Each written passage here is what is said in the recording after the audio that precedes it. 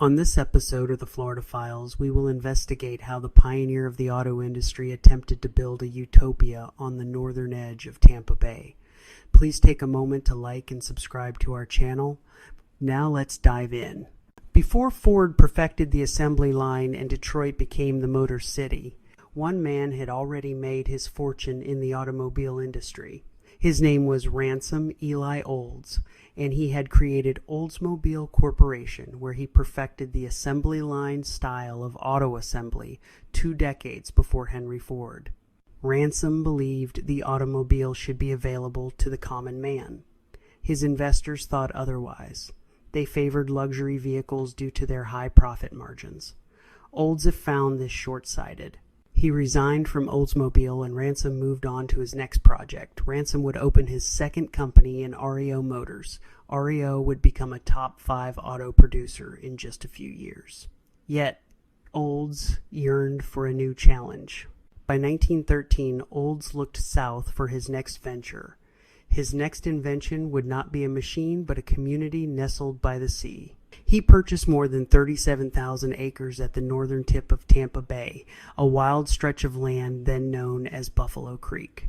It was an untouched landscape of pine, palmetto, and marsh, far from the nearest city lights. Olds paid around $400,000 for the property. For a short time, it bore the name R.E. Olds on the Bay, but was later shortened to Oldsmar. Olds imagined an orderly community where people could live, work, and grow their own food, surrounded by clean air, fertile soil, and opportunity. His advertisements promised health, wealth, and happiness, appealing to northerners who dreamed of escaping the cold and finding prosperity under the Florida sun.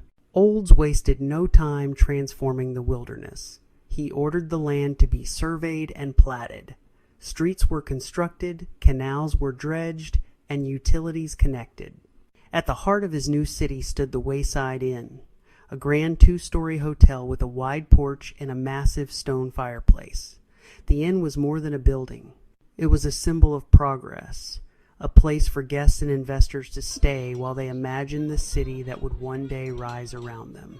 Olds also built a tractor factory, an extension of his REO enterprise, to promote agricultural innovation. He believed that Florida's sandy soil could be made productive through modern machinery. The factory turned out REO tractors designed for small farms and vegetable growers, and he used it to encourage settlers to take up modern agriculture. The town included a racetrack, which served both as entertainment and as a testing ground for Olds vehicles. Early races drew crowds from Tampa and St. Petersburg. Spectators watched cars and even airplanes roar across the flat, open land, celebrating the promise of technology and speed. For a time, Oldsmar seemed unstoppable. It had the energy of invention and the enthusiasm of a new frontier. Ransom Olds was not a man who stopped dreaming once a project began. Convinced that there might be natural wealth beneath the soil, he decided to drill for oil in Oldsmar. Crews brought in heavy equipment and began digging deep into the limestone.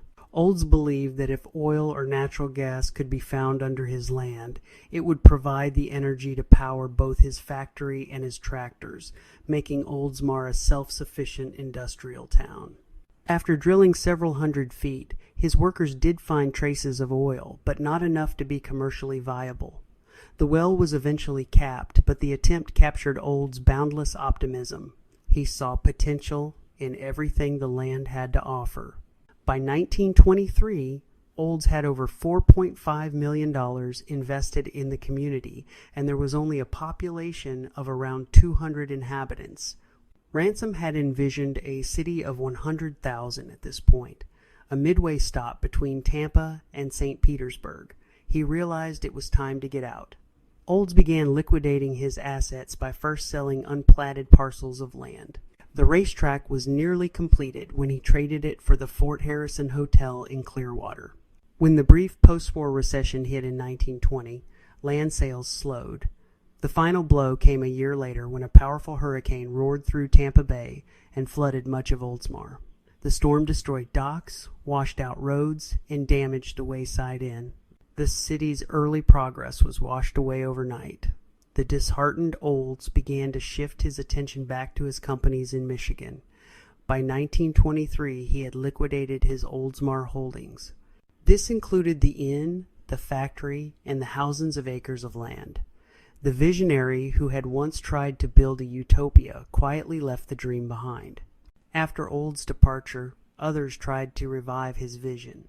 Some investors attempted to market Oldsmar as a poultry and farming colony, while others tried to attract new settlers by advertising it as an affordable community near the bay.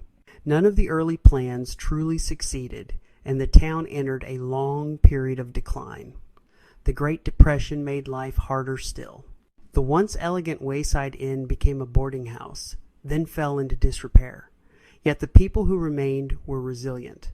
They farmed, raised families, and kept the name alive even when much of the town was little more than sand roads and scattered homes. By the 1952, the arrival of new bridges and highways finally gave Oldsmar better access to both Tampa and Clearwater. Developers began to see potential again. The quiet rural town gradually evolved into a suburban community, no longer a utopia, but still a place that reflected the same Florida optimism that had once driven Ransom Olds. Today, the layout of Oldsmar still follows the grid first drawn by Olds surveyors. The streets, the canals, and the land itself carry his imprint. Few residents realize that the man who gave America the modern automobile also tried to create the perfect town by the bay.